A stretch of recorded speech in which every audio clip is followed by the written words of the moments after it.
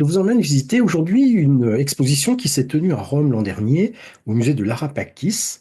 Son titre, comme vous voyez, était Teatro. Et il s'agissait de présenter le monde du théâtre dans la Rome antique. L'ambition des organisateurs de l'exposition était de conduire le spectateur, le visiteur d'exposition, au-delà de la scène, à l'intérieur des mécanismes de production, dans les loges des acteurs, sur les scènes, sur les gradins des théâtres antiques. On voulait présenter aussi la variété des genres théâtraux. Pendant des siècles, le théâtre romain antique était constitué à la fois d'un héritage grec, d'une racine populaire et de la création des grands auteurs, depuis Livius Andronicus jusqu'à Sénèque. Et le mot public, auteur, acteur et public, c'est le sous-titre de l'exposition. Le mot public, employé dans le titre de l'exposition, signifie que on s'est efforcé de mesurer la place du théâtre dans la société romaine.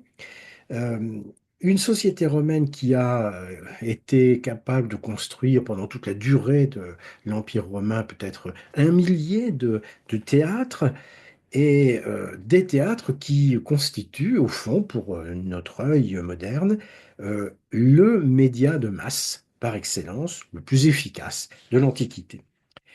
Le plan de l'exposition était donc contenu dans le sous-titre, les auteurs, les acteurs et le public dans la Rome antique.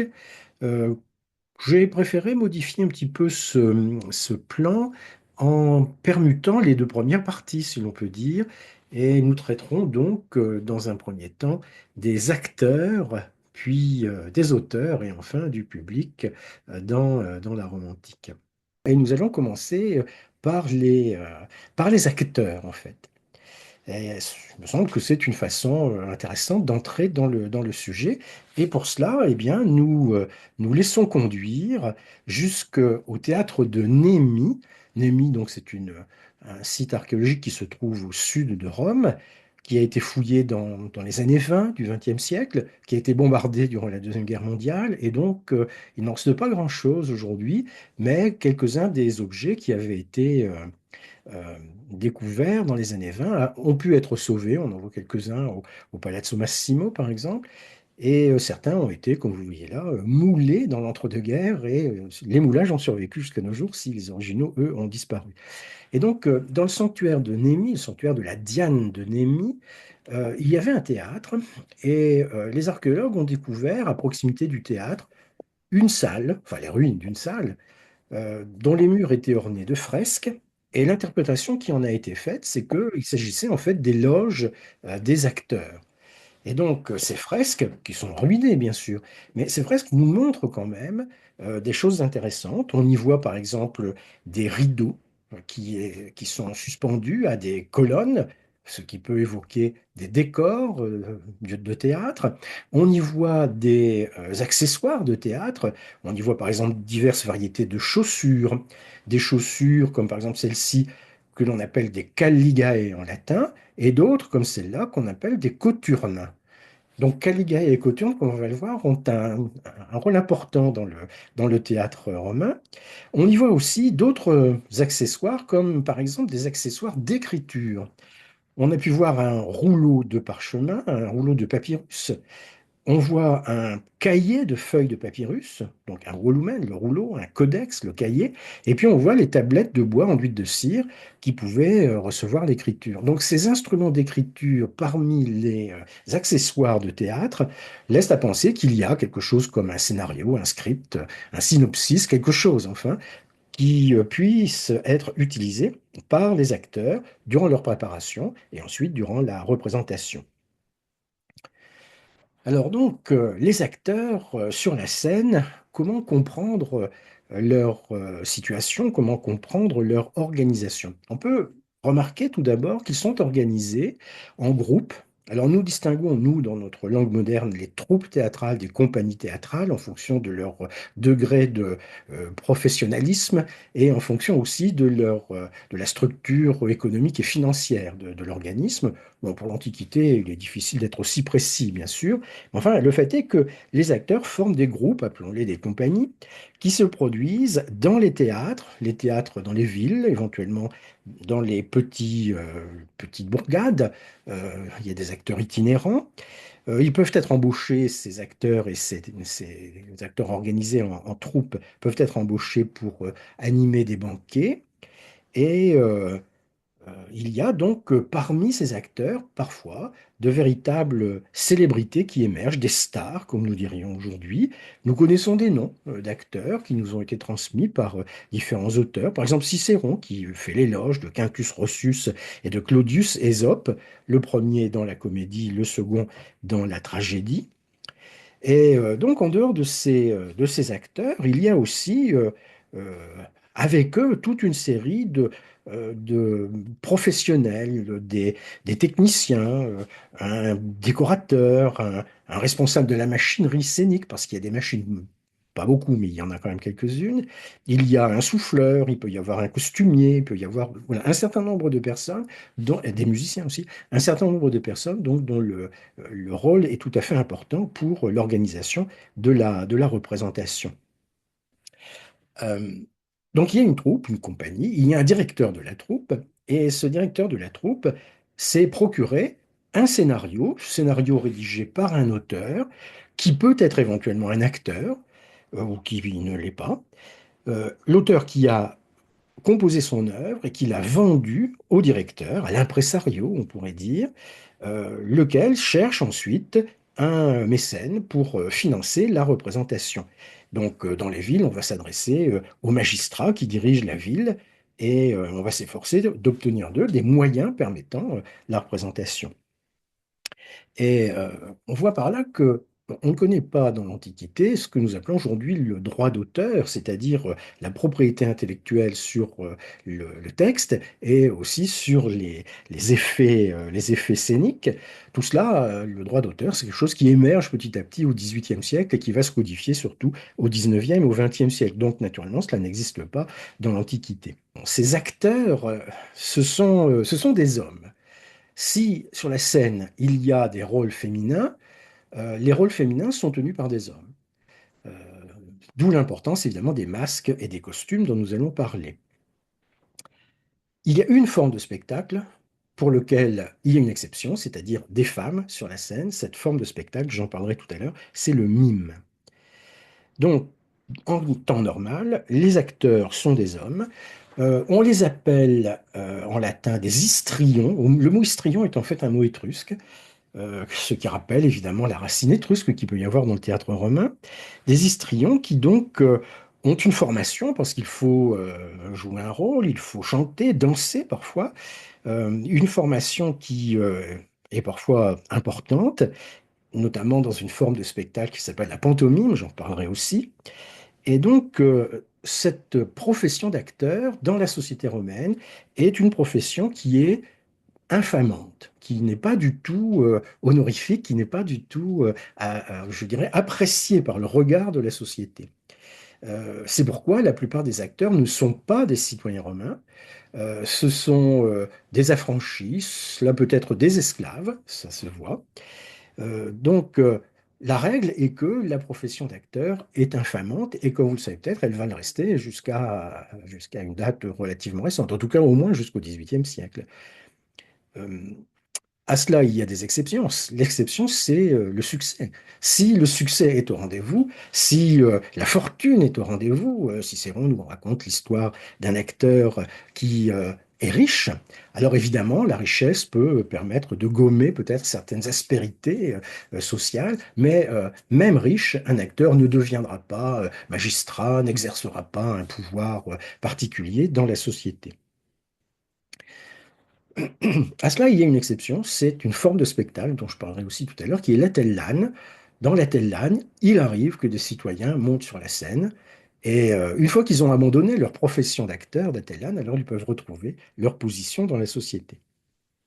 Donc, des acteurs organisés en troupe, des acteurs plus ou moins spécialisés dans le genre de spectacle qu'ils affectionnent, et des acteurs qui se produisent sur les scènes, dans les théâtres qui sont construits, ou éventuellement sur les scènes provisoires, éphémères, que l'on peut monter ici ou là dans dans les provinces de l'Empire romain.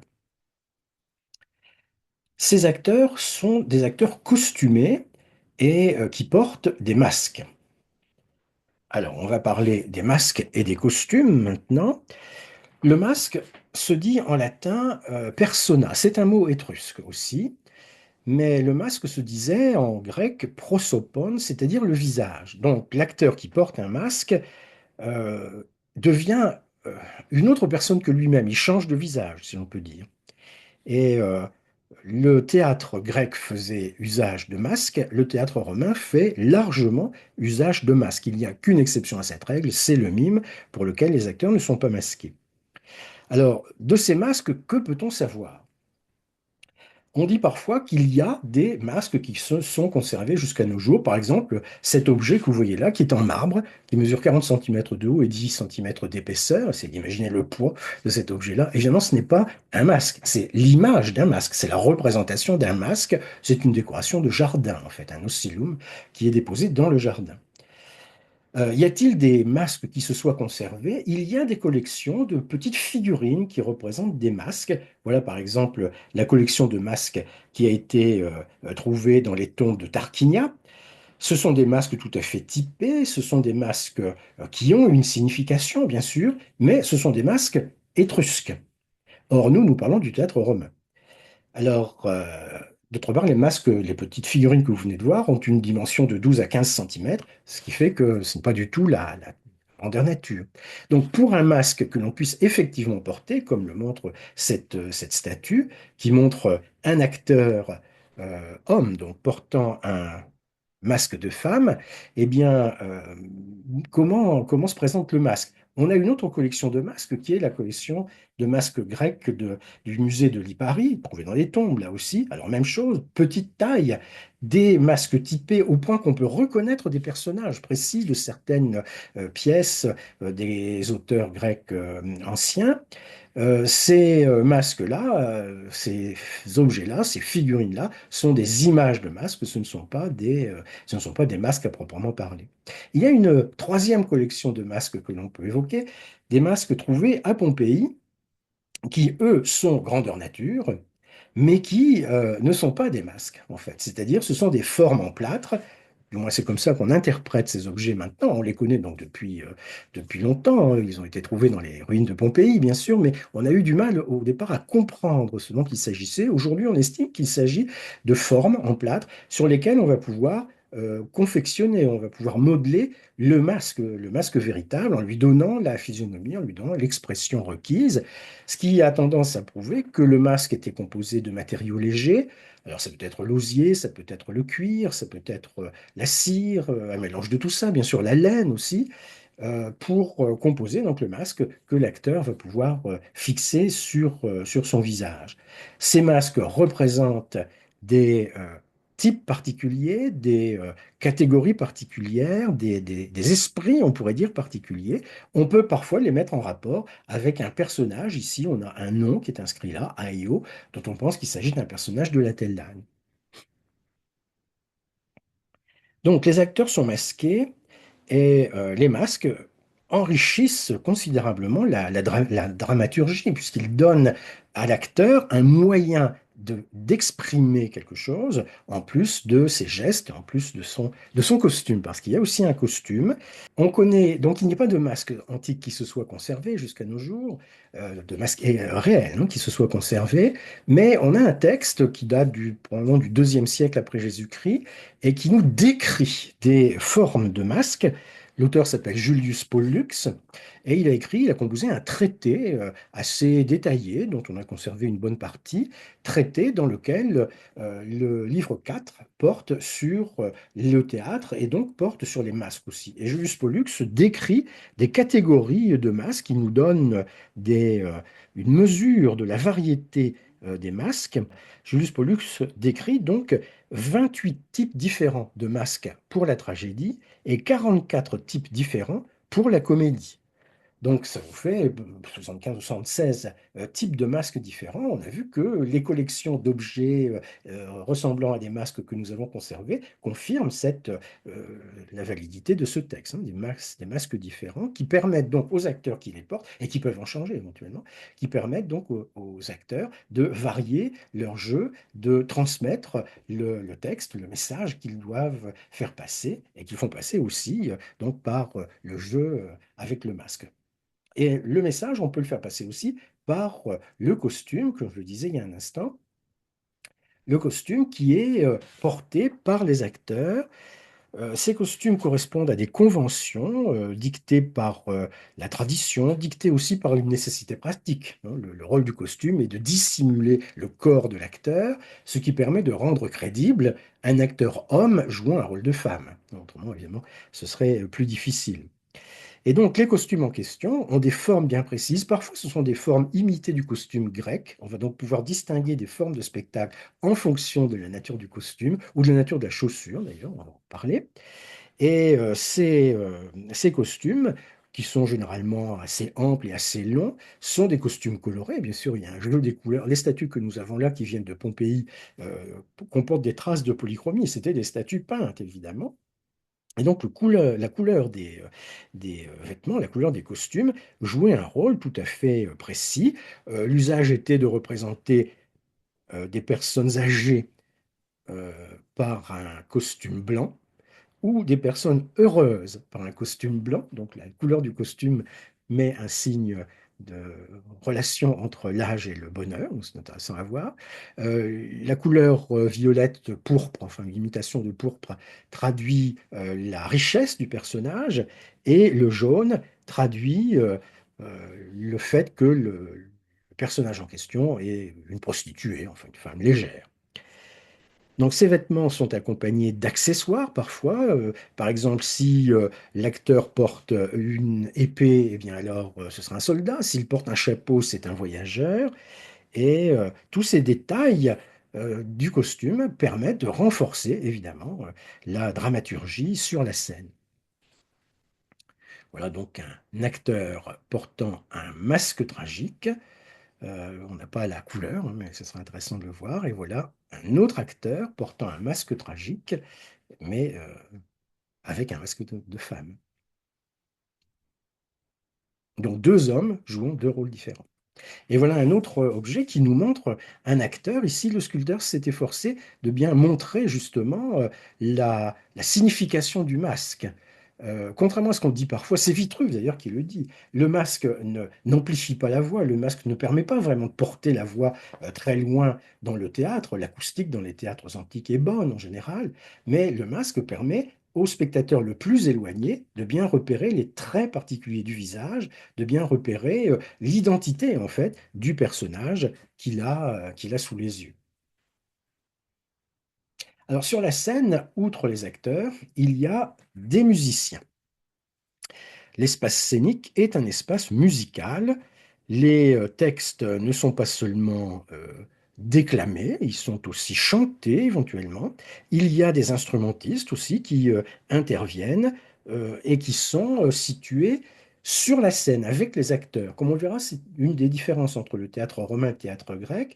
Dans le théâtre grec, les acteurs sont sur le proskenion, donc sur un bâtiment un petit peu surélevé, et les musiciens sont sur l'orchestra, là où évolue le chœur. Dans le théâtre romain, il n'y a plus d'orchestra, il n'y a plus cette distinction qui est faite entre scène et orchestra, et donc les musiciens sont avec les acteurs sur la scène.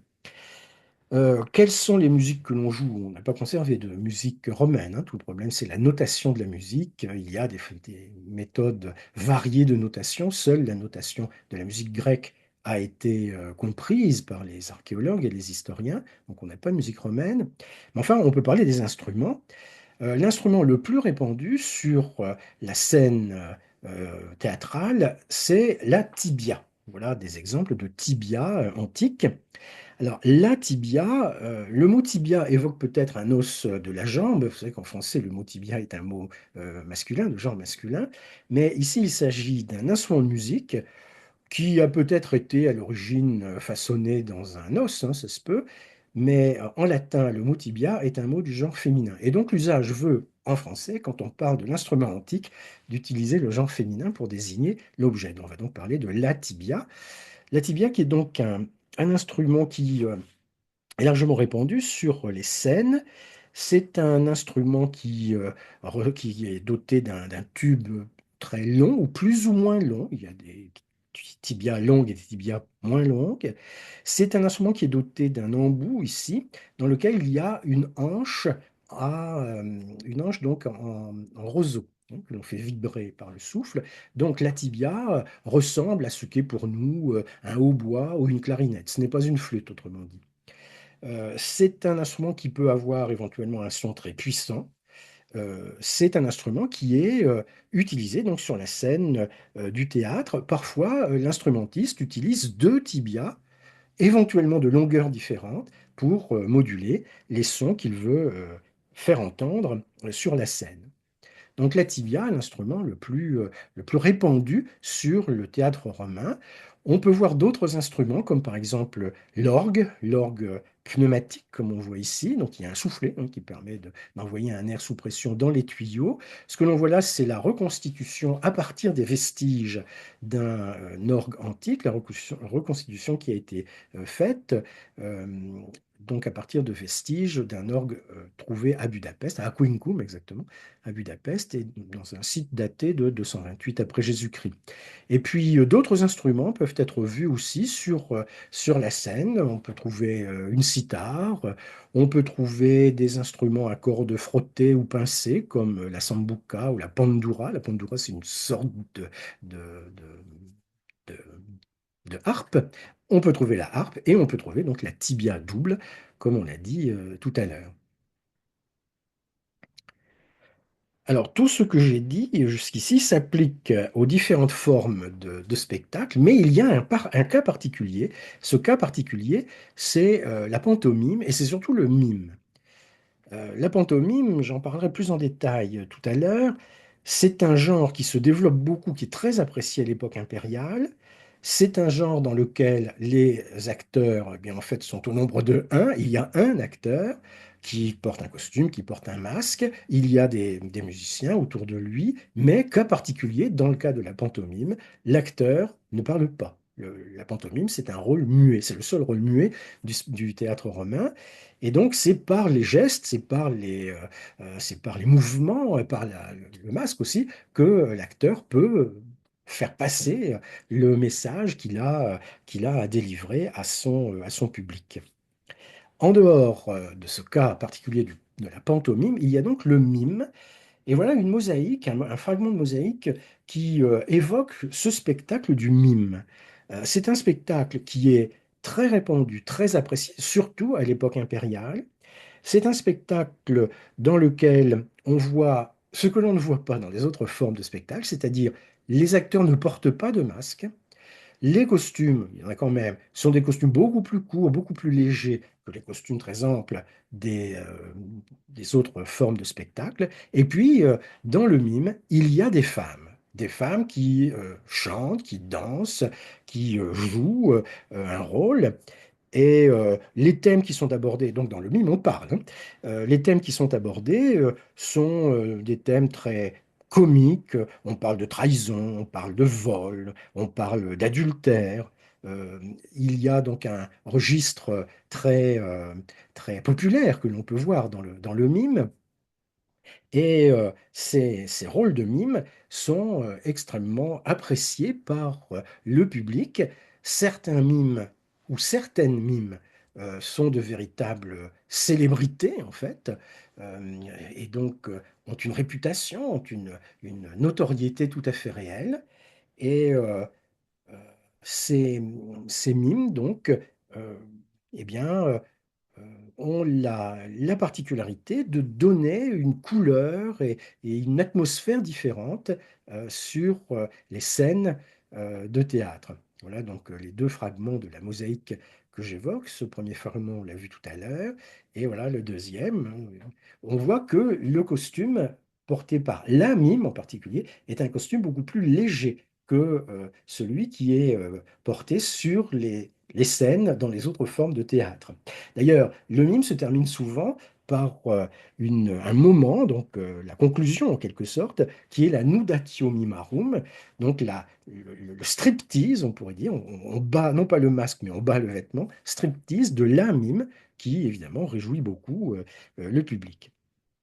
Donc, la position de la femme sur la scène est assez particulière. Il y a des rôles féminins sur la scène, qui sont tenus par des hommes, et il y a des femmes sur la scène. Dans le cas des mimes, évidemment, la réputation de ces femmes n'est pas très bonne, quoique elle puisse être réelle lorsqu'il y a le succès, lorsqu'il y a l'acclamation du public. Voilà, par exemple, une stèle qui date du IIIe siècle après Jésus-Christ, qui vient de la région d'Aquilée, et qui est la stèle consacrée à une mime, la mime Basilia, une mime qui a reçu l'honneur d'une stèle à son nom, à son effigie, avec une épitaphe en vers grec, épitaphe qui nous dit ceci: à celle qui, dans le passé, dans de nombreuses régions et villes, a obtenu un succès retentissant sur la scène, avec des applaudissements pour son talent polyvalent, manifesté dans les mimes et les danses, à celle qui est souvent morte sur la scène, mais pas de cette manière, à la mime Basilia, dixième muse, Héraclide, un acteur habile dans la déclamation, a érigé cette stèle. Même dans la mort, elle reçut un honneur égal à celui dont elle jouissait de son vivant, puisque son corps repose dans un sol sacré pour les muses, le sol d'Aquilée. Tes collègues te disent, sois courageuse, Bacilla, personne n'est immortel. Alors, voilà donc un témoignage intéressant de cette notoriété, de ce succès que peuvent rencontrer des acteurs, même des femmes, dans le cas de la mime Bacilla, succès tout à fait réel. Les acteurs, donc, qui sont évidemment les protagonistes les plus importants dans le théâtre romain. Alors, nous pouvons passer maintenant, deuxième thème développé par l'exposition et deuxième thème que je vais développer pour ce qui me concerne, ce sont les auteurs, c'est-à-dire qu'est-ce que l'on fait en fait sur les scènes, quel genre de pièces joue-t-on? Alors, le théâtre romain a plusieurs caractéristiques intéressantes. D'abord, il a une racine populaire qui est très nette, euh, comme on va le voir, une double racine populaire même. Et puis d'autre part, il y a pesant sur le théâtre romain la référence, l'influence du théâtre grec. Et enfin, il y a la création des auteurs romains, création donc à partir de leur propre imagination et création à partir de l'héritage grec et à partir de la tradition populaire. Donc tout cela nous donne un assez grand nombre de genres théâtraux que l'on va passer en revue en essayant d'introduire un petit peu d'ordre. Alors, premier élément, les racines du théâtre romain et les racines populaires en particulier que l'on trouve en Italie du Sud. La première racine, c'est ce que l'on appelle la farce atellane. Atella est le nom d'une bourgade de Campanie. Et en Italie du Sud, donc, il y a, lorsque Rome met la main sur l'Italie du Sud, le processus de conquête romaine commence par le sud de l'Italie, et bien donc les Romains trouvent en Italie du Sud une forme de spectacle très très répandue, très populaire, qui est l'atellane. C'est une farce légère, licencieuse. C'est une farce dans laquelle on laisse une grande place à l'improvisation. C'est une farce qui est euh, parlée en langue osque, mais que les Romains vont transposer en latin, bien sûr. C'est une farce qui fait appel à des types bien précis, à des masques bien précis qui incarnent donc des prototypes. Par exemple, on verra, voilà quelques exemples de masques, on verra un personnage qui est Maccus. Maccus, c'est le nom d'un personnage qui est représenté de diverses formes, mais sous diverses formes. Mais Maccus, en gros, l'idiot du village. Il y a Pappus, qui est le vieillard lubrique. Il y a Doscenus, qui est le bossu astucieux. Donc quelques masques de ce genre, quelques personnages de ce genre qui sont visibles dans la Tellane, où la dimension improvisée et l'interaction avec le public est très importante. Alors voilà l'image d'un masque de la farce Atellane qui évoque peut-être Maccus, donc l'idiot du village.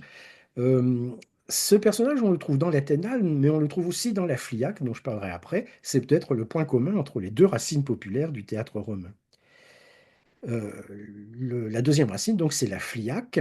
Fliac qui est pratiquée en Italie du Sud, mais aussi en Sicile. Et la fliac a la grande différence entre fliac et atellane, c'est que la fliac est parlée en langue grecque. Donc, l'atellane en osque d'abord et puis ensuite en latin, la fliac en grec. Différence très visible, bien sûr, mais au-delà de cette différence linguistique, il y a des points communs, il y a des ressemblances, il y a des différences aussi, bien entendu. Ce qui caractérise la fliac, c'est le fait que, bien sûr, les personnages portent un masque, ça on l'a vu, mais c'est aussi le fait que le thème de la farce, qui est en partie improvisé, un petit peu moins que pour la Tellane, ce thème soit très souvent lié soit à des phénomènes politiques, à des événements politiques. Il y a une dimension de satire politique dans la Fliac qu'on ne trouve pas dans la Tellane, ou alors le thème peut être lié à la mythologie. Et on trouvera une approche satirique de la mythologie dans la Fliac. C'est ce qu'évoquent les vases que vous avez sous les yeux. Évidemment, nous n'avons pas de texte de Fliac ou de texte d'Atellane, hein. Les canevas qui pouvaient exister, on ne les a pas, depuis, on ne les a plus depuis longtemps. Et donc, ce sont des images qui peuvent nous aider un petit peu. Voilà par exemple un vase qui nous montre une scène faisant appel à la mythologie. À gauche, vous avez Zeus qui courtise Alcmène et qui va donc séduire Alcmène en se faisant aider par Hermès. Donc on voit très bien que le peintre qui s'inspire des farces phliaques, le peintre développe un registre ironique, satirique, pour caractériser ces hauts personnages que sont les dieux Hermès et Zeus et la mortelle Alcmène. Alcmène est la mère d'Héraclès. Donc, on voit très bien ce qu'est la FLIAC. C'est vraiment une charge. Il y a une liberté d'expression tout à fait grande pour aborder des sujets très, comment dirais-je, très recherchés, les sujets mythologiques, ou des sujets presque tabous, les sujets politiques, euh, qui sont néanmoins abordés par la farce FLIAC. Alors là, un deuxième vase qui nous montre un épisode de l'Odyssée, les adieux d'Ulysse à Calypso, et donc même chose, les deux personnages sont caricaturés, les deux personnages sont grotesques, et pourtant on les reconnaît. On les reconnaît si on a une idée de ce qu'il y a dans l'Odyssée, et apparemment les acquéreurs du vase avaient une idée de ce qu'il y a dans l'Odyssée. Donc, des ressemblances entre Fliac et Atellane, des différences entre les deux, donc la langue bien sûr, mais aussi le degré de satire. La farce Fliac est souvent plus mordante que l'Atellane, mais les deux ont beaucoup de succès. Ce sont des spectacles populaires d'Italie du Sud qui vont influencer le théâtre romain dès lors que l'on passera au latin. Donc la Fliac, en fait, ne passe pas en latin. La véritable racine populaire, c'est la tellane, qui est transposée en latin lorsqu'elle arrive à Rome, donc au IIIe siècle avant Jésus-Christ. Donc, racine populaire pour le théâtre romain. Enfin, ces farces fliaques et atellanes un peu licencieuses, un peu légères, ces farces qui sont volontiers ironiques, sarcastiques, ces farces-là, on peut les mettre, si vous voulez, en faire peut-être pas des ancêtres, mais enfin les mettre dans la même catégorie que ce que sera plus tard la Commedia dell'arte. Je ne dis pas que la Commedia dell'arte est issue de l'Atellane, à 1500 ans d'écart, ce serait excessif évidemment de dire ça. Mais enfin, il y a des parentés, il y a des points communs d'un côté improvisé, par exemple, dans la commedia dell'arte qui apparaît au XVIe siècle, et dans les farces populaires fliaques et surtout atellane de l'Italie du Sud. Alors, en dehors de cette racine populaire, on trouve aussi la question de l'héritage grec. C'est un héritage tout à fait imposant si on considère que la référence est le théâtre athénien. Et donc à Athènes, le théâtre avait une place bien précise, notamment au moment des grandes Dionysies qui avaient lieu à la fin de l'hiver. Donc une sorte de euh, cérémonie à la fois religieuse et sociale dans laquelle on trouvait une procession de Dionysos, on trouvait toute une série d'événements liés à cette procession, et puis on trouvait aussi des concours théâtraux qui étaient organisés par la cité. Des poètes entraient en rivalité pour faire représenter des tragédies et des drames satiriques tout à fait organisés avec un prix remis aux vainqueurs. Donc la place du théâtre dans la société athénienne était vraiment très importante et ce théâtre avait aussi une dimension religieuse très réelle, surtout dans les origines, mais très réelle quand même encore par la suite. La dimension religieuse était tout à fait réelle à une époque où les théâtres étaient des constructions éphémères, mais cette dimension religieuse reste réelle lorsque les théâtres sont bâtis en dur, donc à partir du IVe siècle essentiellement. Alors, les grands auteurs du théâtre grec, eh bien, on peut les évoquer à travers quelques objets, c'est-à-dire quelques bustes. On a par exemple Eschyle, Eschyle qui est le plus ancien des poètes dont nous ayons conservé quelque chose. Donc, vous voyez, Eschyle qui vit à la fin du sixième, au début du cinquième siècle avant Jésus-Christ, il a une œuvre tout à fait importante, mais ce qui nous reste est relativement réduit. Il nous reste une trilogie, l'Orestie, qui met en scène des épisodes de la geste des Atrides, Agamemnon et la guerre de Troie. Et puis quelques pièces, disons, isolées, parmi lesquelles on peut citer Les Perses, la pièce à sujet historique, la seule pièce à sujet historique que l'Antiquité nous ait léguée. Donc Eschyle. Deuxième grand poète tragique, Sophocle. Alors Sophocle, donc, une génération différente de celle d'Eschyle, et Sophocle, qui a lui aussi une œuvre nombreuse, d'après les contemporains, dont il nous reste quelques bribes, des tragédies sur les héros de la guerre de Troie, comme Électre, des tragédies sur les souverains de Thèbes, comme Édipe Roi ou Édipe Acolin ou Antigone, et puis une tragédie sur la mort d'Héraclès. Donc Sophocle. Et d'autre part, troisième auteur, Euripide, à peu près contemporain de Sophocle. Euripide, donc, qui est un peu différent des autres. D'abord, son œuvre conservée est un petit peu plus étoffée. Et puis, le style d'Euripide est un petit peu différent dans la mesure où euh, son, son théâtre est plus intellectuel, peut-être, que celui de Sophocle et d'Échille. Et Euripide a inventé un certain nombre d'adaptations des mythes grecs qui ont été appréciés par son public. Donc les trois grands tragiques, Échille, Sophocle, Euripide, et puis d'autre part, le seul auteur de la comédie ancienne dont nous ayons conservé quelque chose, c'est Aristophane.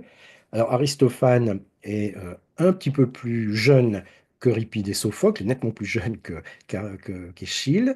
Et la particularité d'Aristophane, c'est que donc il écrit des comédies, mais il a aussi une place importante, un rôle dans la vie politique athénienne, ce qui l'amène à introduire dans ses pièces une dimension critique, de critique politique tout à fait réelle. Et c'est ce qui donne évidemment aux pièces d'Aristophane, aujourd'hui encore, un intérêt particulier. Donc quatre références pour nous, quatre références aussi pour les auteurs romains de l'Antiquité. À quoi on peut ajouter une cinquième référence qui est très, très appréciée dans l'Antiquité, c'est Moschion. Alors de Moschion, on sait peu de choses, à vrai dire. On pense qu'il vivait au IIIe siècle avant Jésus-Christ. On sait qu'il était très apprécié de ses contemporains. On ne connaît que trois titres de pièces qui lui sont attribués. Et de ces trois titres, il ne reste que quelques bribes. Pour l'une des pièces, il reste trois vers seulement. Donc, l'œuvre de Moschion, qui est réputée dans l'Antiquité, est pour nous complètement inconnue. Ce que nous avons conservé de Moschion, c'est la statuette que vous avez là. Il y a le nom de l'auteur ici sur le socle, et puis sur les autres parties du socle, il y a quelques noms de pièces qui ont été gravés. C'est tout. Donc la littérature théâtrale grecque a disparu corps et bien pour la plus grande partie. Et ce qui reste, c'est vraiment très, peu développé par rapport à ce qui a été écrit effectivement dans l'Antiquité. Alors ça a longtemps été le cas aussi pour un auteur un petit peu plus récent qui vit au IVe siècle, Ménandre. Ménandre est un auteur de comédie très postérieur à Aristophane. Donc c'est la comédie nouvelle, Aristophane c'est la comédie ancienne. De Ménandre, on sait qu'il a eu un très grand succès. Les sources antiques lui attribuent une vingtaine d'œuvres. Et jusqu'au milieu du XXe siècle, de l'œuvre de Ménandre, dont on sait qu'elle a été abondante, eh bien, il ne restait rien. Il ne restait que quelques fragments de vers, quelques citations éparses, jusqu'au milieu du XXe siècle. Néanmoins, le nom de Ménandre n'était pas oublié et il est cité au fil du temps, encore par Boileau, par exemple, dans l'art poétique au XVIIe siècle. Boileau cite Ménandre, mais en fait, il ne sait pas grand-chose sur Ménandre. Les choses changent au milieu du XXe siècle. En 1951, notamment, au XXe siècle, on découvre en Égypte de nombreux papyrus ou de nombreux fragments de papyrus, une collection de papyrus en miettes à Oxyrhynchos, donc au tout début du XXe siècle, et donc depuis un siècle, on s'efforce de reconstituer le puzzle de ces papyrus. Certains des papyrus d'Oxyrhynchos comportaient des fragments de comédie de Ménandre. Et en 1951, on découvre un cahier, un codex, un cahier de feuilles de papyrus comportant les trois comédies de Ménandre. Donc, la Samienne, le Discolos et le Bouclier. Alors, particularité de ce codex, donc un cahier de feuilles de papyrus, c'est qu'il est mal conservé pour la partie supérieure et il est mal conservé pour la partie inférieure. Le début et la fin, si vous voulez, manquent. Donc, nous n'avons pas le début de la Samienne, qui était la première comédie du recueil. Nous n'avons pas la fin du Bouclier, qui était la dernière comédie du recueil, mais nous avons le texte complet du Discolos, qui se trouvait au milieu du recueil. Et puis d'autres papyrus ont apporté ensuite des fragments plus ou moins importants en tout d'une vingtaine de comédies de Ménandre, dont une entièrement conservée. Et Ménandre réapparaît en quelque sorte donc au milieu du XXe siècle et au début du XXIe siècle. Ce qui fait que maintenant, pour nous, Ménandre n'est plus seulement un nom. Nous avons des textes importants. Et on a remarqué, par exemple, que le texte du Discolos, donc la seule pièce entièrement conservée, eh bien, l'intrigue du Discolos, le Discolos, ça veut dire en grec le bourru, le grincheux, le mal aimable, le misanthrope. Eh bien, l'intrigue du Discolos ressemble beaucoup à l'intrigue du misanthrope de Molière. Sauf que, naturellement, Molière ne pouvait pas connaître le Discolos de Ménandre, puisque la pièce n'a été découverte que dans les années 50 du XXe siècle. Donc, on va voir comment l'influence de Ménandre s'est exercée sur Molière à travers le temps, évidemment par le biais des auteurs latins et notamment par le biais de Terence. Alors, donc nous avons évoqué les racines du théâtre romain, racines populaires, racines grecques, et on peut maintenant introduire dans le théâtre romain une distinction en fonction de, je dirais, du caractère plus ou moins favorable de l'issue. Les pièces qui se terminent bien sont des comédies, les pièces qui se terminent mal sont des tragédies. Donc nous parlerons de la comédie et de la tragédie ensuite. Euh, Quel est le statut du théâtre à Rome par comparaison à la Grèce? Dans la Rome antique, le théâtre n'est plus une manifestation religieuse aussi nettement qu'il pouvait l'être à Athènes à l'époque de Périclès. Le lien avec le culte de Dionysos, par exemple, qui était réel à Athènes, est devenu tout à fait ténu à Rome. Ce qui reste du lien au culte de Dionysos, de Bacchus, si vous voulez, ce qui reste, c'est surtout des images. On va voir des masques, on va voir des références à Dionysos dans le spectacle, mais pas du tout sur le plan religieux. Ce sont simplement des figures qui peuvent être évoquées. Euh, D'autre part, donc il y a une grande différence entre le théâtre romain et le théâtre grec. Une autre différence importante, c'est que le, le théâtre dans l'Athènes antique était une manifestation civique et politique. C'était une manifestation portée par la cité. Les citoyens assistaient au spectacle au moment des grandes Dionysies. Et ceux qui n'avaient pas les moyens de payer, disons, le billet d'entrée ou de perdre une journée de travail, en fait, c'est ça aussi, eh bien, recevaient une indemnité de la part de la cité. La participation au théâtre était un devoir civique, en quelque chose, dans l'Athènes antique. À Rome, non. Le théâtre est gratuit, de toute façon, donc il n'y a pas de billet à payer pour les participants. Tout le monde peut y aller, même les femmes, qui n'allaient pas au théâtre dans la Grèce ancienne, ils vont, s'ils le veulent, dans la Rome ancienne, même les affranchis, même les esclaves éventuellement. Enfin, dès lors que ce ne sont pas, évidemment, des esclaves employés dans les exploitations agricoles ou dans les mines. Ces outils parlants ne vont pas au théâtre, bien sûr. Mais les esclaves qui vivent dans l'intimité du maître, euh, ceux-là peuvent très bien aller au théâtre avec le maître éventuellement. Donc, une grande différence dans le style des représentations théâtrales. Et ce que nous savons du théâtre romain, nous le savons surtout parce que donc il y a ces objets qui ont été conservés et qui évoquent les représentations, mais ce que nous savons de ces spectacles romains, nous le savons à travers deux personnages, à travers deux auteurs, Plaute et Terence. Ce sont les seuls auteurs de comédie romaine dont nous ayons des textes complets. Pour les autres auteurs que je viendrai à citer, nous n'avons que des fragments parfois extrêmement courts. Alors, Plaute, c'est un auteur qui vit au deuxième siècle avant Jésus-Christ, troisième et deuxième siècle avant Jésus-Christ. D'après Cicéron, il meurt en 184 avant Jésus-Christ.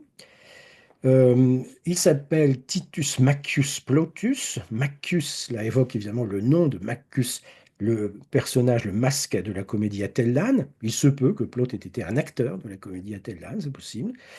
Euh, c'est un auteur qui a un très grand succès, qui est très apprécié par toutes les catégories de la population.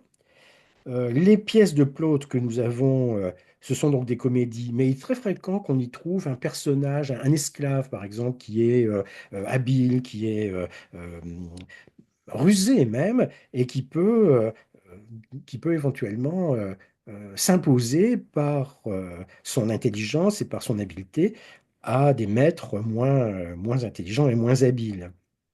On attribue à Plaute au moins 130 pièces, mais Varron ne donne qu'une liste de 21 pièces précises de Plaute, celles que l'on connaît aujourd'hui. Alors, les pièces de Plaute ont inspiré d'autres auteurs que lui dans l'Antiquité. Ces pièces de Plaute ont d'autre part inspiré aussi des auteurs ultérieurement parce que le texte a été noté, parce que le texte a été recopié. Oui, là, un manuscrit du XVe siècle qui contient des comédies de Plaute. Et donc on peut trouver par exemple une influence de Plaute sur le théâtre de Molière au XVIIe siècle.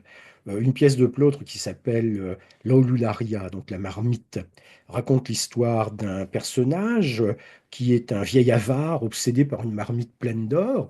Et cela, évidemment, ça évoque la pièce de Molière, l'avare. Harpagon et Euclion, qui est le personnage de Plaute, se ressemblent beaucoup. Dans l'avare de Molière, il y a des tirades qui sont traduites directement de Plaute. Vous avez d'autre part une pièce de Molière qui s'appelle Les Fourberies de Scapin, dans lesquelles on peut trouver une influence des ménechmes de Plaute. Donc, une position très importante de Plaute dans l'Antiquité, mais très importante aussi puisque le théâtre de Plaute a été partiellement conservé et qu'il a été mis à la disposition, au fond, des auteurs à partir du XVe siècle, et l'influence donc a pu s'exercer à plus de 1000 ans d'écart, plus de 2000 ans d'écart. En dehors de Plaute, donc on voit dans le théâtre de Plaute ces personnages d'esclaves rusés, d'esclaves intrigants, d'esclaves habiles. Euh, En dehors donc de Plaute, on peut citer Terence. Alors Terence, c'est un genre tout à fait différent de Plaute. Ben, il vit un peu après Plaute. Et vous voyez ici le nom de Terence, hein, le titre de ce manuscrit du 9e siècle, manuscrit très ancien. Donc, il nous dit Comédie de Publius Terentius Affaire. Afri, c'est le génitif d'affaire. Affaire, c'est le surnom, le cognomen de Terence. Euh, Affaire, ça veut dire africain. Alors, qu'est-ce que ça veut dire dans le cas de Terence? On peut penser que il était né en Afrique du Nord, hein, c'est possible. En tout cas, il vit à la fin de la Deuxième Guerre punique, donc au début du deuxième siècle avant Jésus-Christ. Affaire, ça peut signifier aussi, donc africain, qu'il est originaire de Carthage ou de la région de Carthage, qu'il est punique par conséquent. Après la fin de la Deuxième Guerre punique, c'est une position intéressante à Rome. Ou alors aujourd'hui, certains vont jusqu'à faire de ce surnom de l'Africain de Terence, la marque de son appartenance au Numide, au Berbère même quasiment. Et donc, dans l'esprit post-colonial du XXIe siècle, peut être amené à faire de Terence une sorte de rebelle à la colonisation romaine. C'est lui faire beaucoup d'honneur parce qu'en réalité, Terence est un auteur bon, qui n'est peut-être pas romain d'origine, mais c'est un auteur qui produit des spectacles en langue latine. C'est un auteur qui est introduit dans les arcanes de la société romaine. On pense qu'il est introduit auprès de la famille des Scipions, Scipion l'Africain, qui est le vainqueur de la Deuxième Guerre punique, justement. Et donc l'œuvre de Terence est une œuvre très courte. On pense qu'elle est entièrement conservée. Elle ne comporte que 6 comédies. On n'est pas sûr qu'il en ait écrit davantage. 6 comédies dont on a le nom ici. Et donc, ces 6 comédies, qu'est-ce que l'on peut en penser? Eh bien, elles ont eu une grande influence, elles aussi. Le théâtre de Terence est un théâtre différent de celui de Plaute. C'est un théâtre comique, oui, mais c'est plus un comique de situation que Terence développe. Il place l'homme et ses sentiments au centre du spectacle. Euh, euh, Cela, évidemment, a beaucoup plu à son public et a plu aussi par la suite après l'Antiquité. Là où Plaute privilégie le côté mouvementé et dynamique du théâtre, Terence, lui, va chercher plutôt euh, la caricature, il va chercher plutôt à faire sourire qu'à faire rire aux éclats.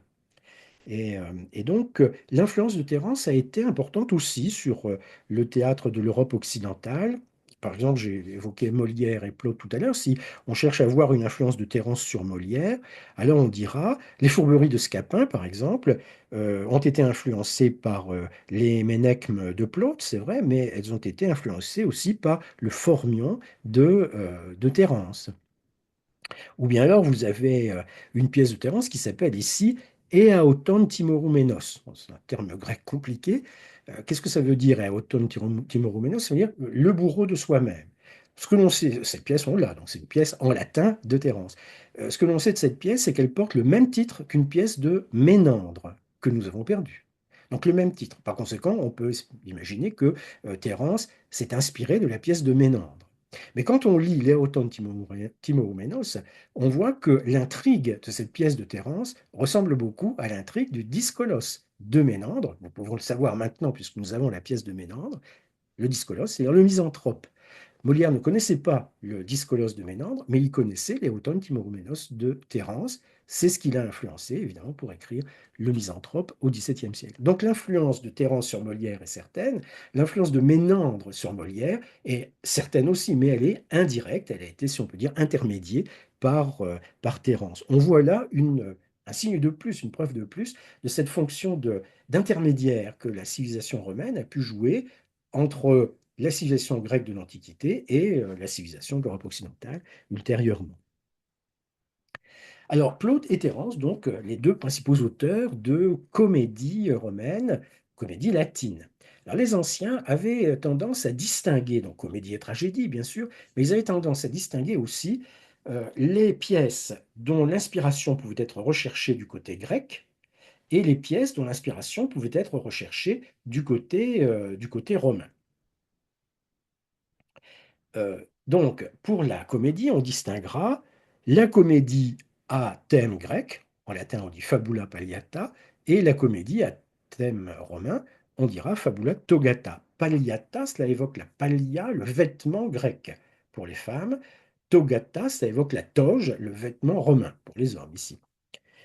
Alors, une palliata, c'est donc une comédie qui est inspirée inspiré parfois lointainement, mais inspiré de comédies grecques, notamment de Ménandre. C'est donc c'est le genre que pratiquent Plaute et Terence. C'est une forme qui est très répandue. C'est une forme qui peut être fidèle au modèle grec, mais qui peut être aussi, qui peut prendre des libertés avec le modèle grec. Et donc, l'impagliata est caractérisée par la créativité, par euh, l'imagination, par le commentaire social éventuellement. Et c'est une forme théâtrale donc, qui reflète assez bien la richesse du théâtre antique et les caractéristiques de la société romaine, surtout à l'époque républicaine. C'est à l'époque républicaine que fleurit la fabula palliata. La fabula togata, de son côté, comédie à sujet romain, ce n'est pas le genre de Plaute et de Terence. On connaît des noms d'auteurs, Titinius, Afranius, Atta, par exemple. On connaît des noms, on a quelques fragments, mais pas de pièces complètes. Et donc, la différence, c'est que l'inspiration est romaine et pas grecque. On parlera donc de sujets différents. Et les différences, on les verra aussi dans l'importance inégale attachée à certains types de personnages. Par exemple, les rôles féminins sont plus nombreux dans la comédie romaine que dans la comédie d'inspiration grecque. Par exemple, la place de l'esclave n'est pas du tout la même. Il y a peu d'esclaves dans la fabula togata, donc un sujet romain, et quand il y a des esclaves, ce sont des esclaves, alors que l'esclave dans la fabula palliata, c'est souvent l'esclave intelligent, rusé, habile, qui triomphe du maître. Et ça, dans la comédie romaine, ça ne se trouve pas. On peut l'accepter dans la comédie d'inspiration grecque parce que ce sont les Grecs, mais dans la comédie d'inspiration romaine, on ne trouve pas cela. Alors, les comédies donc grecques et romaines sont très populaires à l'époque impériale. Elles perdent un petit peu de leur popularité à partir du 1er siècle avant Jésus-Christ et elles deviennent petit à petit surtout un théâtre que l'on va lire plus qu'un théâtre que l'on va monter sur les scènes. Il y a une sorte d'évolution du genre de la comédie à l'époque impériale. Ça n'empêche pas qu'on puisse éventuellement monter des comédies, mais ça devient plutôt exceptionnel. On a une anecdote qui nous est rapportée par Suétone concernant Néron. On verra que Néron est un amateur de théâtre. Une anecdote où l'on voit Néron mettre en scène un jour une comédie d'Afranius qui s'appelle L'Incendie. Et Néron n'hésite pas à reconstituer un véritable incendie sur la scène du théâtre, donc pour cette mise en scène de la pièce d'Afranius. On est donc au 1er siècle après Jésus-Christ, et pour Suétone, c'est à la fois la preuve de la frivolité de Néron, si on veut, mais aussi quelque chose qui est étrange. On s'intéresse encore à Afranius au 1er siècle après Jésus-Christ. Alors il y a la comédie, et il y a aussi la tragédie. Alors concernant la tragédie, bien, on peut procéder comme les anciens et distinguer évidemment la tragédie à sujet grec, la tragédie à sujet romain. Mais cette tragédie, pour nous, est assez mal connue dans la mesure où nous avons certes des noms comme Ennius, comme Nevius, comme Livius Andronicus. Ce sont des noms d'auteurs de tragédies du IIIe siècle et du début du IIe siècle avant Jésus-Christ. Nous avons d'autres noms comme par exemple Pacuvius ou Lucius Accius. Là, ce sont des noms d'auteurs de tragédies du IIe siècle et du 1er siècle avant Jésus-Christ. Ce sont des noms. On a parfois quelques petits fragments, mais d'important, rien qui ait été conservé avec une longueur suffisante pour qu'on puisse vraiment avoir une idée de ce que sont ces tragédies. On est donc forcé de s'en remettre aux commentaires qui ont été faits dans l'Antiquité et à la classification, la dichotomie qu'établissaient les anciens eux-mêmes entre les pièces à sujet romain et les pièces à sujet grec. Donc, la fabula, c'est la pièce. Fabula Palliata, la comédie romaine à sujet grec. Fabula Coturnata, tragédie romaine à sujet grec. Le coturne, c'est la chaussure à semelle très épaisse qui est la marque du tragédien grec, dans l'esprit des Romains. Donc on distinguera Fabula Coturnata, tragédie à sujet grec, et Fabula Praetexta, tragédie à sujet romain. Alors que dire de ces deux genres? Donc, ce que je viens de dire, on a très peu de textes. Pour la Fabula Praetexta, je vous dirais, il y a un texte que nous avons, et pour la Fabula Coturnata, les textes que nous avons, ce sont les pièces de Sénèque. Nous n'avons rien d'autre. Néanmoins, on peut dire que les pièces donc tragique à sujet grec, écrite à Rome, développe des thèmes comme la vertu, la justice, le pouvoir. Ce sont des pièces qui s'efforcent de euh, mettre en scène des problèmes philosophiques, des problèmes politiques éventuellement. Il y a donc une dimension politique dans la tragédie romaine à sujet grec, et cela se voit, par exemple, au moment des funérailles de César. C'est Suétone qui raconte dans la vie de César que le cortège funèbre de César, donc avant l'incinération, dans ce cortège funèbre, l'on récite des vers tirés de pièces de Pacuvius et d'Atilius, donc des tragiques romains. Et nous dit Suétone, il s'agit, ce faisant, de susciter la pitié envers César et la haine envers ses assassins. Donc des pièces romaines, des tragédies romaines à sujet grec, qui sont utilisées dans un contexte politique. C'est intéressant de voir cela. Alors évidemment, ce contexte politique, on peut, au moment des funérailles de César, peut-être le développer, mais par la suite, à l'époque impériale, ce sera plus difficile. Euh, Donc, pour ce qui concerne la Fabula Coturnata, la tragédie romaine à sujet grec, les pièces que nous avons sont des pièces de Sénèque. Et pour les pièces donc, tragiques à sujet romain, euh, Fabula Praetexta. Le nom Praetexta évoque une certaine variété de toge. La toge, c'est ce vêtement du citoyen romain en laine blanche ou blanchie plutôt à la craie, hein, c'est ça qui caractérise la toge, un vêtement très ample que l'empereur Auguste a remis à la mode, si l'on peut dire. Enfin, il a obligé plutôt les citoyens romains à porter la toge. Ceux-ci avaient tendance à l'oublier. Et la toge prétexte, hein, toga praetexta, c'est une forme particulière de toge, c'est celle qui est brodée, qui est dotée d'une bande de pourpre. La bande de pourpre qui est la marque des personnages importants, la marque des sénateurs, la marque des magistrats. Donc, la fabula praetexta, c'est la tragédie où l'on voit des personnages importants, des personnages euh, célèbres, des personnages qui peuvent s'appeler, par exemple, Romulus. Voyons, Romulus, c'est le nom d'une pièce de Naevius. On peut citer aussi Decius, par exemple, ou Brutus. Voilà, Brutus, c'est aussi un personnage, le Brutus qui fonde la République en 509 avant Jésus-Christ, et Brutus qui est l'assassin de César. Brutus, c'est le titre d'une pièce d'Axius. Donc on a des titres, on a des noms, on n'a pas grand-chose d'autre. Euh, la seule fabula praetexta que nous ayons s'appelle Octavia. Elle a été conservée avec les textes de Sénèque, donc elle est attribuée à un pseudo-Sénèque dont on ne sait rien. C'est la seule pièce donc tragique à sujet romain que nous ayons conservée, et elle raconte les circonstances du divorce de Néron. J'ai évoqué le nom de Sénèque, donc eh bien, il faut insister sur Sénèque et sur ses relations avec Néron.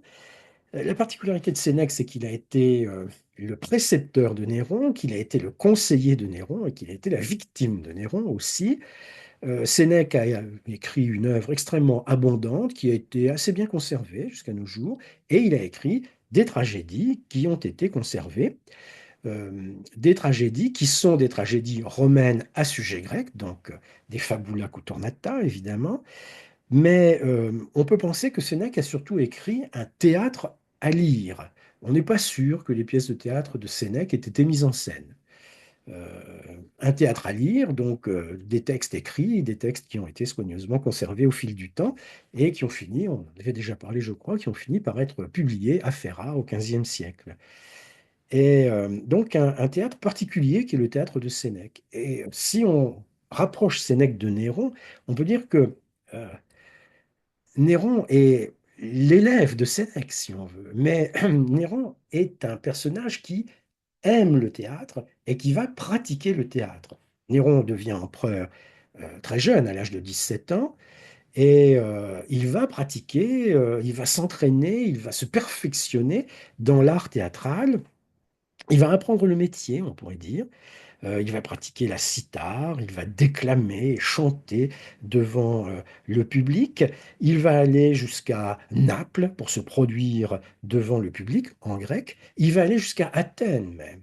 pour se produire devant le public, en grec aussi évidemment, mais pour participer aux concours théâtraux qui ont lieu à Athènes depuis fort longtemps. Et il va recevoir à chaque fois les ovations populaires. Alors, lorsque Tacite raconte euh, la vie de Néron dans les Annales, eh bien, il aborde cette question-là de Néron se présentant devant le public sur la scène.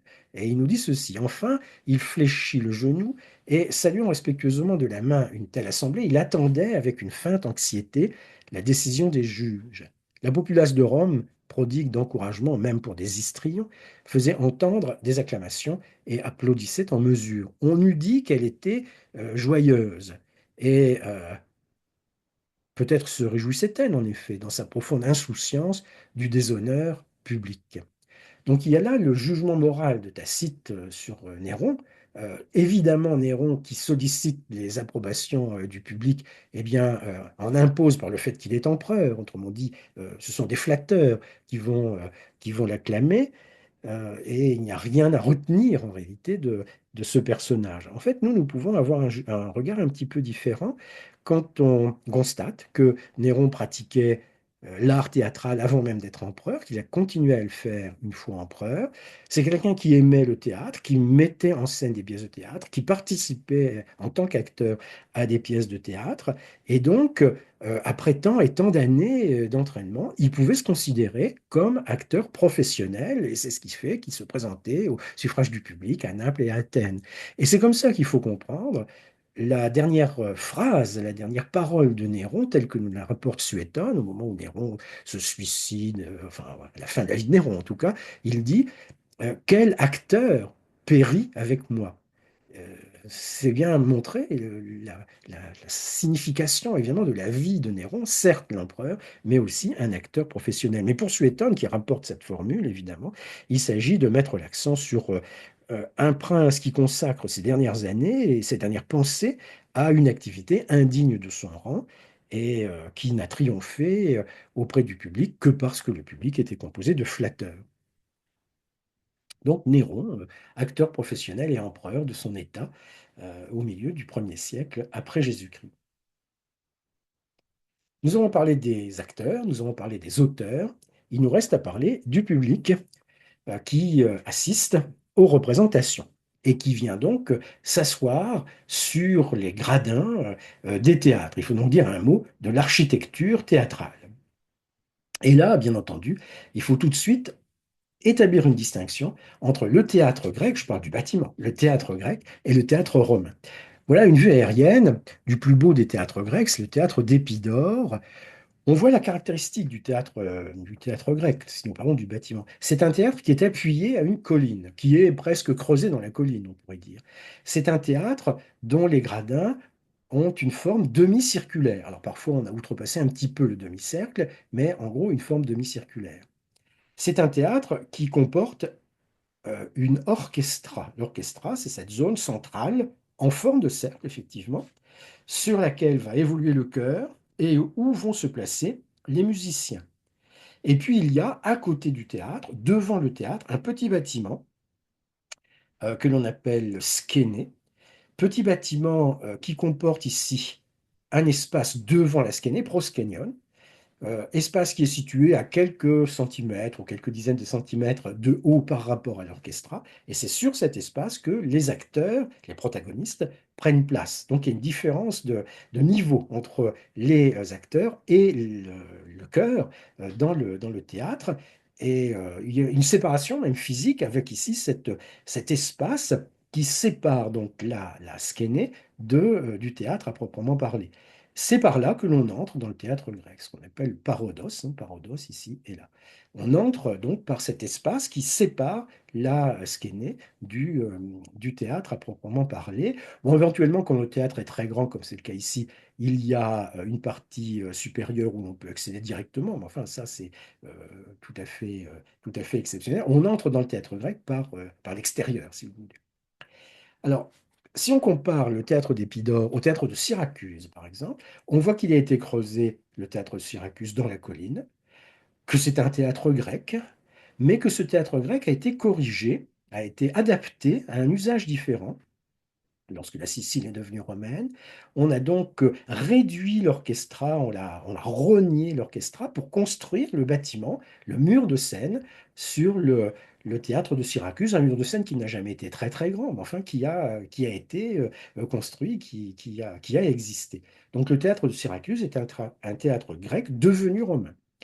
Voilà une maquette du théâtre de Sabrata en Libye. Bon, je vous dis une maquette pour bien montrer la particularité de ce théâtre. C'est qu'en fait, il n'est pas du tout creusé dans une colline. Il est installé donc sur des arcades. C'est un théâtre qui a été construit, qui est construit complètement à partir de rien, qui peut donc ne pas être appuyé spécialement sur une colline.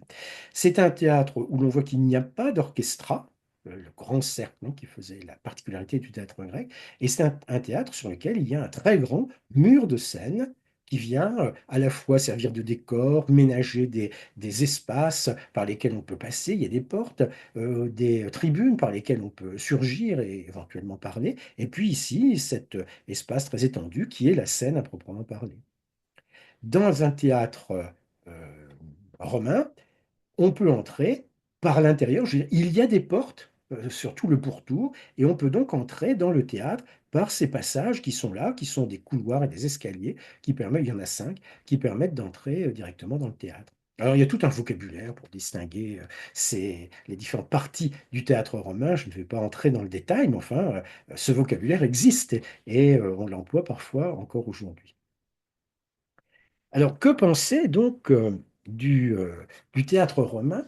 Bien, il y a une première chose qu'il faut dire, c'est que pendant très longtemps, à l'époque où des auteurs comme Plaute, Terence, Pacuvius, Ennius, Livius Andronicus et tous les autres, à l'époque où ces auteurs écrivent les pièces, à l'époque où ils les font jouer, où ils les font représenter, en fait, à Rome, il n'y a pas de théâtre. Il n'y a pas de théâtre en pierre. Non seulement il n'y a pas de théâtre en pierre, mais il est interdit de construire un théâtre en pierre. La cité se méfie un petit peu de ces espaces où on voit se rassembler des milliers et des milliers de personnes. Euh, on ne sait pas ce qui peut se produire quand des milliers de personnes se rassemblent au même endroit, même si elles ont un intérêt particulier, un objectif particulier. La foule est parfois difficile à canaliser. Et donc on se méfie des théâtres, surtout des théâtres de grande taille, qui pourraient être construits. Donc interdiction de construire des théâtres à Rome jusqu'au 1er siècle avant Jésus-Christ. Et les choses changent au 1er siècle avant Jésus-Christ, lorsque sur le champ de Mars, eh bien, Pompée fait construire un temple qu'il dote d'un podium absolument spectaculaire, podium en forme de gradin de théâtre avec un mur, et puis même un portique ouvert qu'il a ajouté à cet ensemble, avec ici une salle qui est construite sur le champ de Mars et où on pourra éventuellement organiser des réunions du Sénat. C'est l'ensemble du théâtre de Pompée. Nous en avons parlé autrefois, hein. Et donc, voilà le premier théâtre construit en pierre à Rome à l'époque de Pompée, donc au milieu du 1er siècle avant Jésus-Christ. Alors pourquoi là? Bien, Pompée est un général victorieux, un grand personnage de la République romaine, et donc il mérite les félicitations, les récompenses de l'État, il mérite le triomphe. Mais vous savez que le général victorieux ne peut entrer dans la ville pour le triomphe que si le Sénat en a décidé ainsi. Et si Pompée est un général victorieux, c'est aussi un homme politique qui a des ennemis, au Sénat précisément. Et donc le Sénat se fait un petit peu tirer l'oreille et il prend son temps pour autoriser Pompée à entrer dans la ville afin de célébrer un triomphe. Il prend son temps pendant des mois et des mois, presque des années. Si bien que Pompée et son armée sont installés sur le champ de Mars, non pas pour s'entraîner au métier des armes, mais pour attendre. Et donc une forme d'interprétation de la construction du théâtre. Il faut bien s'occuper et on fait construire donc un théâtre en dur qui va être le plus grand de tous les théâtres construits à Rome. Ça, c'est à l'époque de Pompée, donc dans les années 50 avant Jésus-Christ.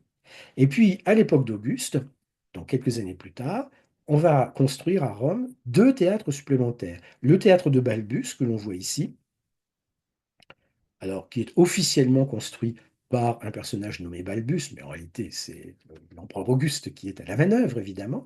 Et puis il y aura par la suite un Odéon construit à l'époque de Domitien, et puis en arrière, le stade de Domitien, donc, qui est maintenant la place Navone à Rome. Voilà, donc pas de théâtre en dur, euh, en pierre, construit à Rome, parce que c'est interdit jusqu'aux années 50 avant Jésus-Christ, et en l'espace d'une quarantaine d'années, 50-13, le théâtre de Balbus est inauguré en 13, deux théâtres construits à Rome. Et même si on regarde bien, trois théâtres, parce que Auguste fait construire aussi, à peu près en même temps que le théâtre de Balbus, il fait construire ce que l'on appelle le théâtre de Marcellus, qui est donc situé un petit peu au sud du Champ de Mars, théâtre de Marcellus, qui est un très beau théâtre romain, de même que le théâtre de Balbus est un très beau théâtre romain.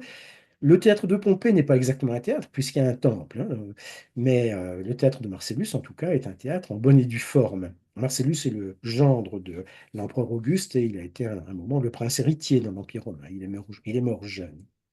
Donc ce théâtre de Marcellus a la particularité d'être il est construit en même temps que le théâtre de Balbus, on va dire le deuxième ou le troisième théâtre construit à Rome. En l'espace de 40 ans, on construit à Rome trois théâtres, et ensuite on n'en construira plus à Rome, mais on en construira beaucoup un peu partout dans l'Empire romain. Un peu partout dans l'Empire romain, comme le montre cette carte. Tous les points montrés sur la carte sont les lieux où il y a euh, un théâtre. Et les points rouges sont les lieux où il y en a deux, ou un théâtre et un odéon. Alors, prenons un exemple. Une ville qui n'existe pas avant l'époque de l'empereur Auguste et qui va devenir la capitale des Gaules. Cette ville, c'est Lugdunum, Lyon.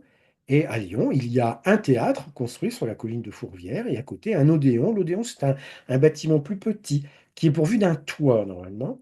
Et l'odéon est consacré à des spectacles qui ne sont pas exactement des spectacles théâtraux, mais plutôt des conférences, des lectures publiques, euh, des, euh, euh, des spectacles musicaux.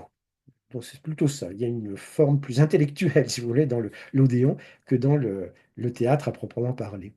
Donc, le développement de l'Empire romain avec l'instauration du nouveau régime, le régime d'Auguste, ce développement de l'Empire romain se traduit par la prolifération des théâtres un peu partout dans les provinces. Trois sont construits à Rome, donc ensuite il y a des théâtres construits dans les provinces. Alors bien sûr, il y en a déjà dans la partie grecque de l'Empire, mais on va construire des théâtres romains dans la partie grecque de l'Empire, et dans la partie occidentale de l'Empire, il n'y en a pas. On en construira donc, je vais prendre quelques exemples de ces théâtres. Voilà par exemple le théâtre d'Aspendos, en Turquie. On a vu tout à l'heure la maquette du théâtre d'Aspendos. Donc ici, on y joue une pièce de théâtre, Aïda. Voilà une photographie du théâtre romain d'Athènes, théâtre romain avec un très grand mur de scène, hein, et pas d'orchestra. C'est ce que l'on appelle à Athènes l'Odéon d'Hérodaticus. Hérodaticus, c'est le bienfaiteur qui a financé la construction. Oui, mais le théâtre n'est pas un odéon, c'est un théâtre, justement. Ce- Cet Odéon d'Hérodaticus, théâtre romain d'Athènes, est situé à côté du théâtre de Dionysos, qui est le théâtre grec d'Athènes, le théâtre plus ancien, bien sûr. Voilà une photographie du théâtre de Bosra en Syrie. Alors, le jour où la photo a été prise, je ne sais pas trop ce qui se passait sur la scène. Je n'ai pas réussi à comprendre ce qui s'y passait, mais enfin, apparemment, quelque chose qui ressemble à une pièce de théâtre. Voilà une photographie du théâtre d'Orange, donc en France, qui est assez bien conservée, surtout pour le mur de scène. Et ici, on n'a pas hésité à utiliser la partie centrale pour y installer des sièges, ce qu'on ne faisait pas normalement dans l'Antiquité. Voilà une photographie du théâtre de Lyon dont on vient de voir, qu'on vient de voir en photo. La même chose, on installe des sièges sur la partie centrale. Et ici, visiblement, ce n'est pas exactement une représentation théâtrale qui est montrée, c'est plus une sorte de concert. Et enfin, voilà une vue du théâtre de Pula en Croatie, le théâtre de Pula, donc, qui est un théâtre romain, même si, comme on le voit, le mur de scène ne s'est pas bien conservé. Donc des théâtres un peu partout dans l'Empire romain, et on peut se demander évidemment à quoi servent ces théâtres? Pourquoi tant de théâtres alors qu'auparavant il n'y en avait pas, si on laisse de côté les théâtres grecs, bien sûr. Le théâtre joue à Rome un rôle différent de ce qu'il pouvait jouer, euh, bien sûr dans le monde grec, mais même un rôle différent de ce qu'il pouvait jouer à l'époque républicaine. Avec l'empereur Auguste, il y a une nouvelle dimension qui est introduite.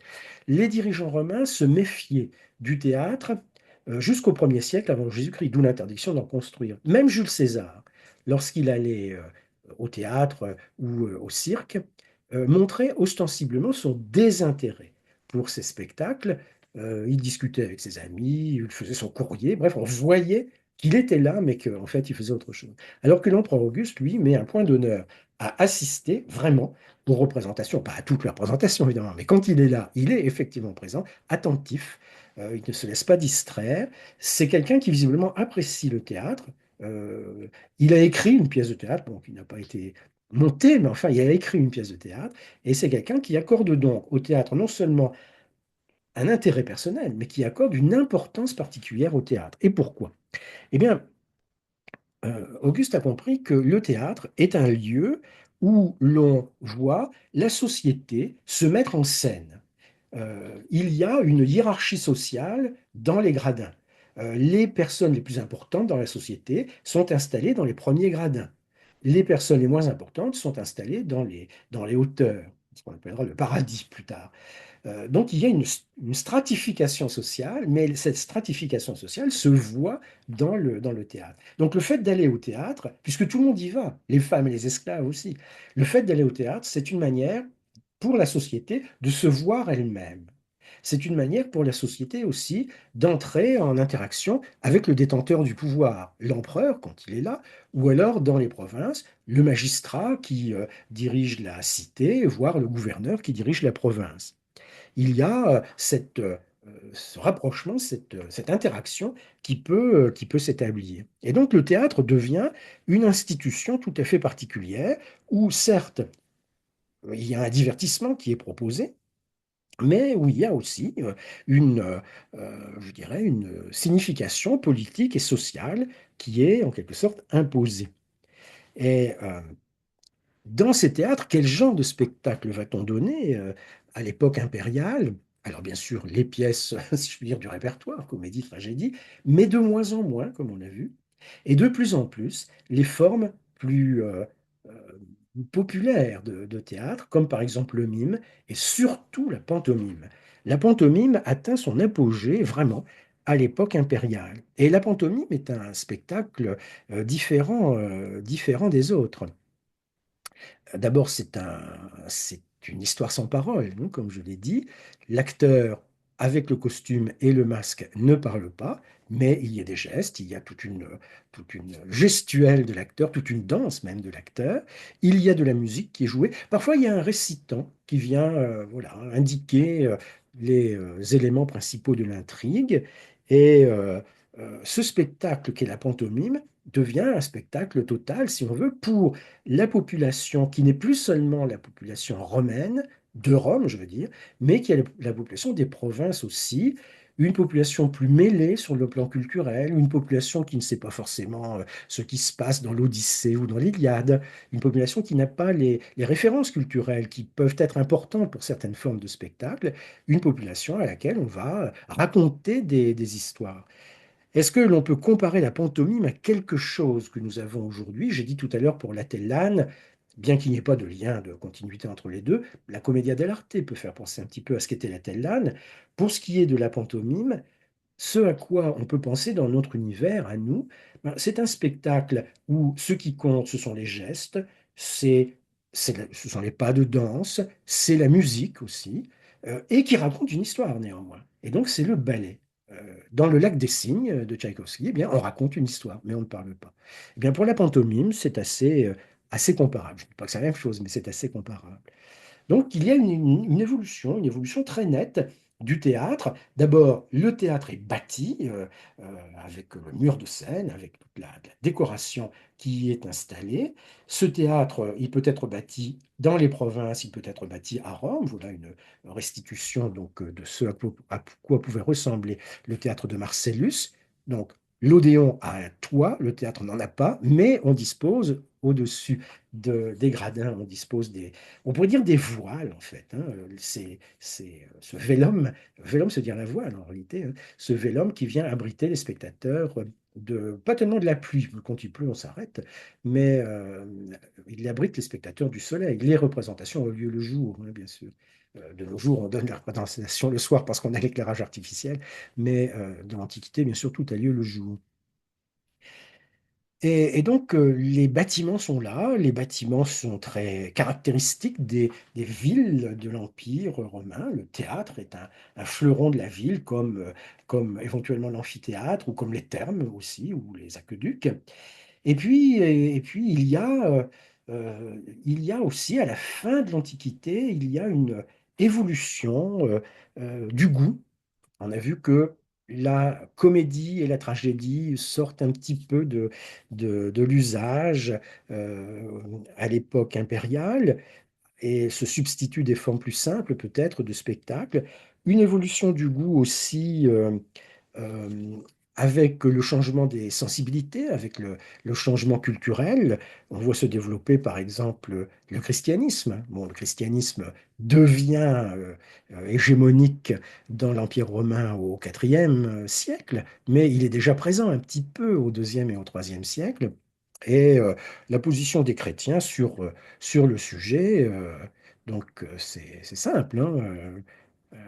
Voilà par exemple des passages des confessions de Saint Augustin. Donc, Saint Augustin qui nous dit ceci: Je me laissais ravir au théâtre, plein d'images de mes misères et d'aliments à ma flamme. Mais qu'est-ce donc? Et comment l'homme veut s'apitoyer au spectacle des aventures lamentables et tragiques qui ne voudrait pas lui-même souffrir? Et cependant, spectateur, il veut en souffrir de la douleur, et cette douleur même est son plaisir. Qu'est-ce donc? Sinon une pitoyable maladie de l'esprit. Et puis dans un autre passage, on trouve ceci: Et cependant, combien de bagatelles et de frivolités méprisables séduisent encore chaque jour notre curiosité. À cette heure, il est vrai, je suis indifférent au plaisir du théâtre. Je ne vais plus à l'amphithéâtre voir un chien courir après un lièvre. Mais que le hasard, dans le champ où je passe, m'en donne le spectacle, me voilà peut-être détourné d'une méditation profonde. Donc, ce qui gêne les chrétiens dans le théâtre, c'est tout, c'est-à-dire les thèmes mythologiques, le fait que l'on voit les dieux sur la scène parfois.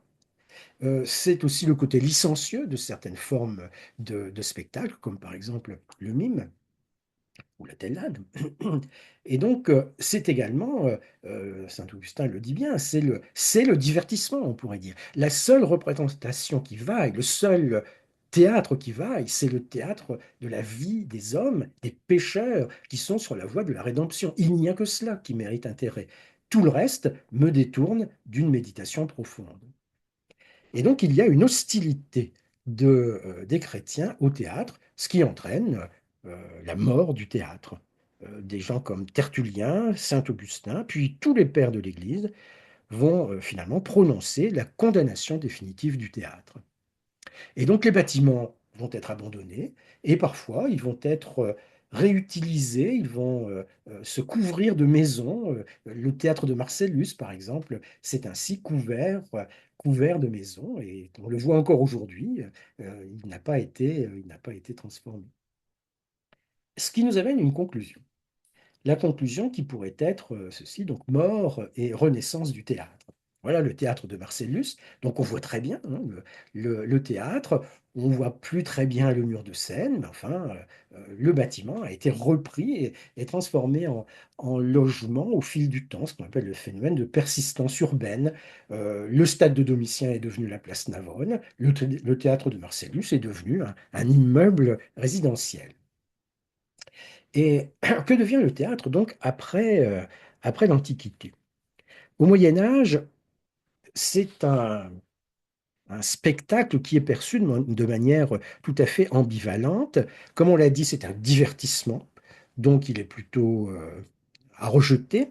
Mais d'un autre côté, il peut y avoir certains aspects éducatifs, pédagogiques à la représentation, à la mise en scène. On va donc voir apparaître au Moyen Âge un théâtre à sujet chrétien, un théâtre à sujet religieux, les mystères par exemple.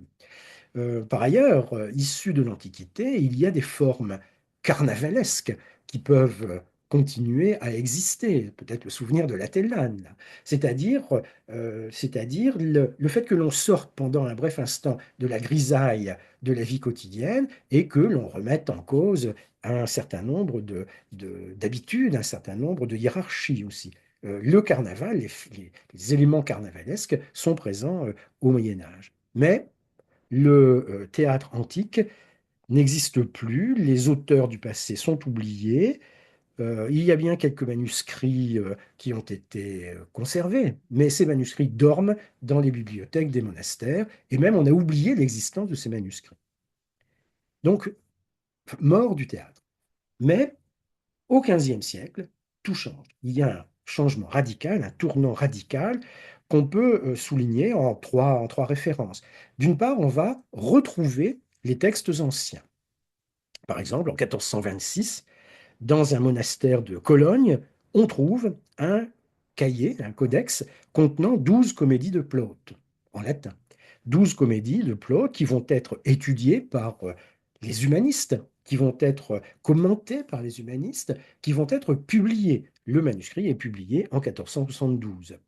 Et donc Plaute, qui n'était plus qu'un nom, devient un auteur qu'on peut lire, qu'on peut étudier, et il va commencer à exercer une influence sur les arts à partir du XVe siècle. Dans le cas de la tragédie, comme je l'ai dit, il n'y a que Sénèque qui soit conservé, mais même chose, on retrouve un manuscrit de Sénèque et on finit par l'éditer à Ferrare en 1478.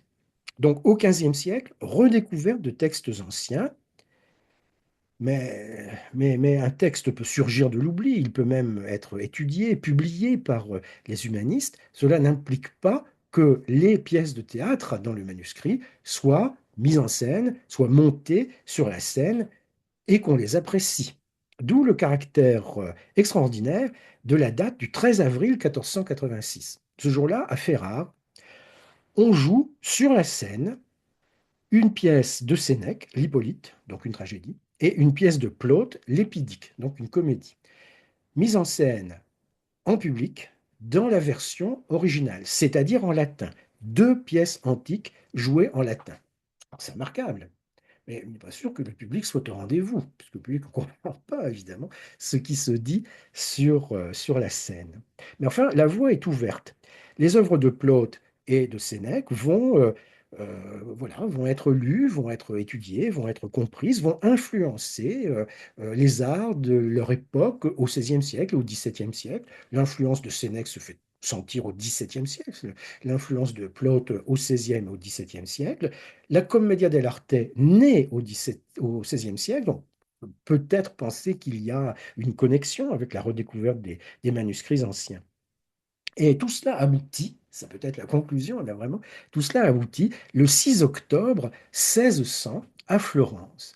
Ce jour-là, en présence du grand-duc de Toscane, Ferdinand Ier, euh, on organise un spectacle en l'honneur de la fille du grand-duc, Marie de Médicis, qui épouse le roi de France Henri IV.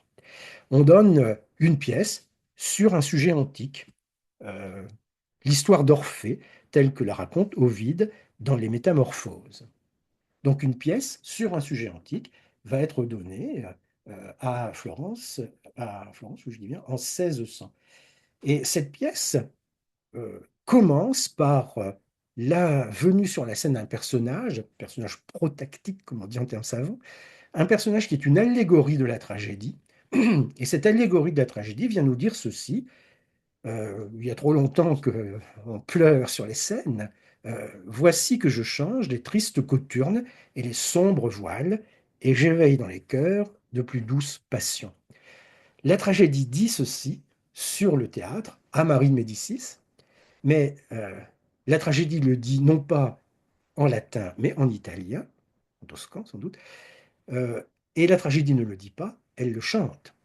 C'est-à-dire que la fabula de l'Antiquité, la favola du XVIIe siècle, eh bien, se donne in musica. C'est le premier opéra.